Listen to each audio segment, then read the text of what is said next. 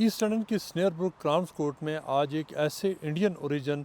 مسجد امام کو یہاں پر 13 ڈفرینٹ عمر قید کی سزائیں ہوئی ہیں، جس میں ان کے اوپر الزام یہ تھا کہ انہوں نے تقریباً 11 سال کے عرصے میں انہوں نے ایک 12 سالہ بچی سمیت 20 مختلف انہوں نے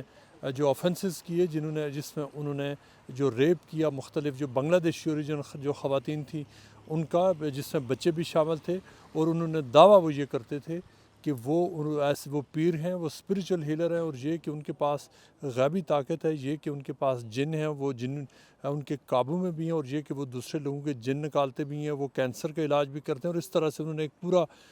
اپنا نیٹ ورک بنایا ہوا تھا ایسٹ لندن کے ایریا میں، جہاں بنگلہ دیشی مسلم کمیونٹی بڑی تعداد میں آباد ہے۔ عبدالحلیم خان کا اوریجنلی تعلق انڈیا سے تھا، اور وہ جب برطانیہ آئے لیٹ 90s میں، تو اس کے بعد وہ یہاں پر ماسک امام بنے۔ ایسٹ لندن کا ایک ایریا ہے جہاں سے وہ ایک مسجد کے ساتھ انیشلی منسلک ہوئے، جو کراؤن پروسیکیوشن سروس نے ان پر الزام یہ لگایا تھا کہ 2004 سے لے کر 2015 تک کا جو عرصہ تھا، اس عرصے میں انہوں نے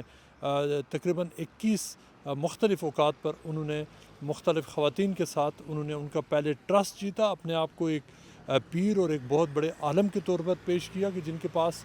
روحانی جو طاقت تھی جن کے پاس، اور پھر اس کے بعد انہوں نے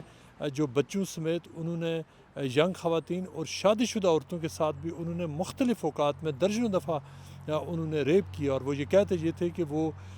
جب وہ ریپ کر لیتے تھے ان خواتین کا، تو ان کو پھر یہ کہتے تھے کہ وہ ایکچولی ان کو جن نکال رہے ہیں، اور یہ کہ جن نکل جانے کے بعد اب وہ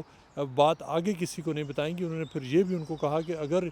جو جن نکالنے کا انہوں نے ان کے ساتھ جو عمل کیا گاڑیوں کے اندر، فلیٹس کے اندر، اور مختلف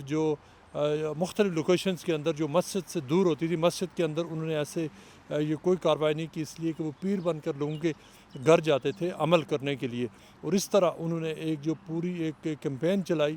10 سے 11 سال تک۔ اس کو رپورٹ کیا گیا سب سے پہلے جو 2014 میں، جو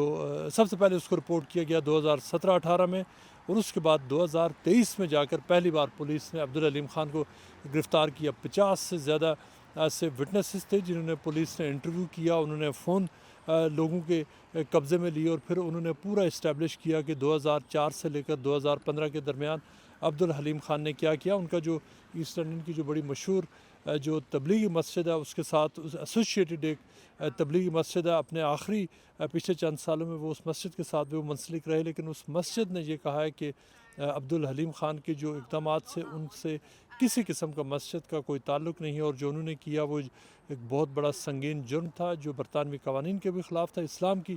قوانین کے بھی خلاف تھا۔ جج نے آج جہاں پر سینٹنسنگ کرتے ہوئے یہ کہا کہ کسی مسجد کا امام ہونا ایک بہت بڑی ذمہ داری ہے، اور یہ کہ ایک مسجد جو امام ہوتا ہے اس کا بہت تقدس بھی ہے، بہت بڑا مقام بھی ہے، اور یہ کہ انہوں نے اس تقدس کو بریچ کیا۔ اس طرح ان کو 13 مختلف کاؤنٹس کے اوپر 13 مختلف لائف سینٹنسز سنا دی گئی ہیں، اور اب ان کو منیمم 20 سال، ابھی عبدالحلیم خان کی عمر 55 ایئرز ہے، ان کو تقریباً 75 سال کی عمر تک ان کو کورٹ جو جیل میں رہنا پڑے گا، اور جج نے یہ بھی کہا ہے کہ 75 سال کی عمر پوری ہونے کے بعد بھی کوئی گارنٹی نہیں ہے کہ وہ باہر آئیں گے۔